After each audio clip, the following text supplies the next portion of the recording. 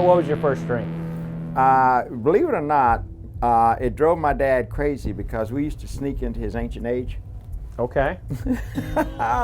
And so we would have Ancient Age and Coke. Okay. Well, at least she didn't, do it with like pink Kool-Aid or something. So it was just Coke? Yeah, that was, and then we started fooling around with stuff. We started making whiskey sours and things like that. Problem is that at the time we were underage. Oh. So we were sneaking into my dad's hooch. So, but he got slick with us. He started marking his bottles. Mm-hmm. And so my brother thought that he would outwit him by putting in a little tea to bring it back up to the line after we hit him. Yeah, that didn't work. I guess he knew his bourbon also. So, what do you think? Beautiful. It's pretty nice. Beautiful. We got to do a little tasting on this. I'll tell you my first taste. You tell me your first taste.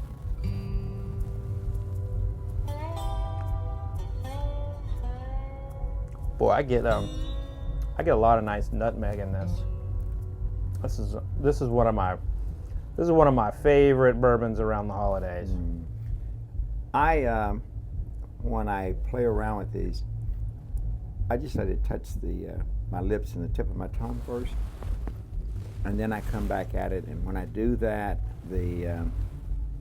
that initial punch that you get with the alcohol is not there, and then all of a sudden it's kind of a buttery kind of a taste profile. Is what I like about Buffalo Trace.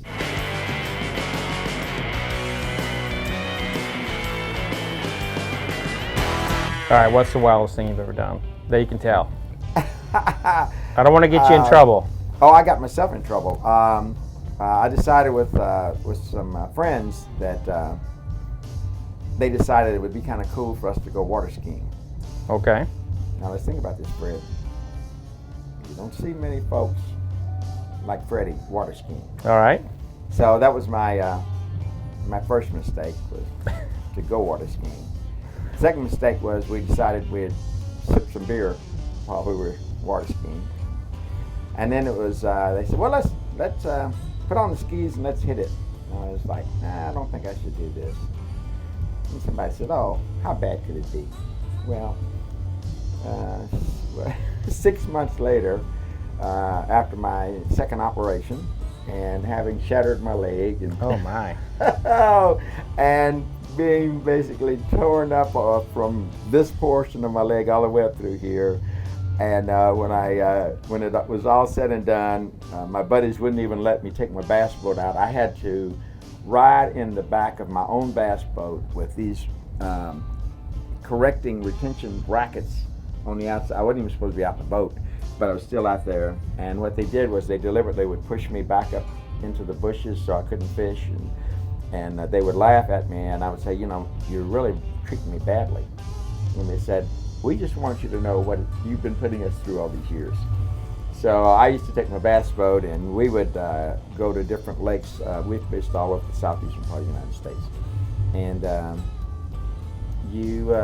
it's funny how your life changes. So my life actually started to calm down when my dad became ill. And that's when I really started to look at what is this all about. Yeah.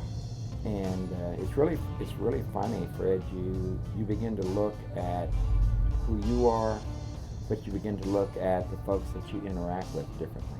Mm-hmm. And I tell people all the time, sometimes you have to look beyond the obvious, and that's why I like quiet moments with bourbon.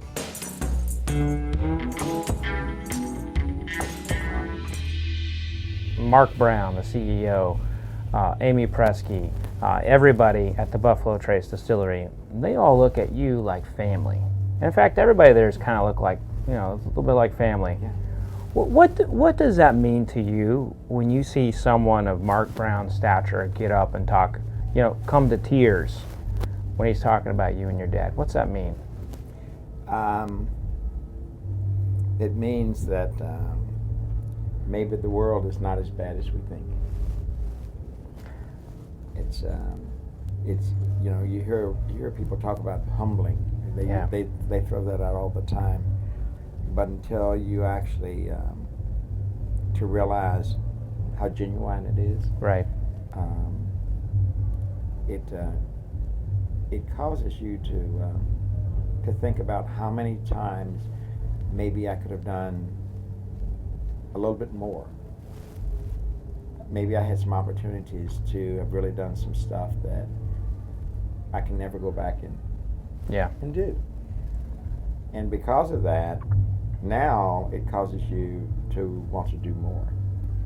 And I think it's contagious. And I think that Mark Brown and Meredith and Amy and all those folks, they are the seed planters. And they create a culture and an environment that makes you want to do the kinds of things that we're doing right now. It makes you want to be a part of something that's bigger than you, but it allows you to contribute to what you're doing. Awesome. Well, to that I say thank you for everything you've done for Bourbon, and thank you for being a friend. You're a joy to hang out with. Freddie. Hey, great first name too. I like that. Cheers.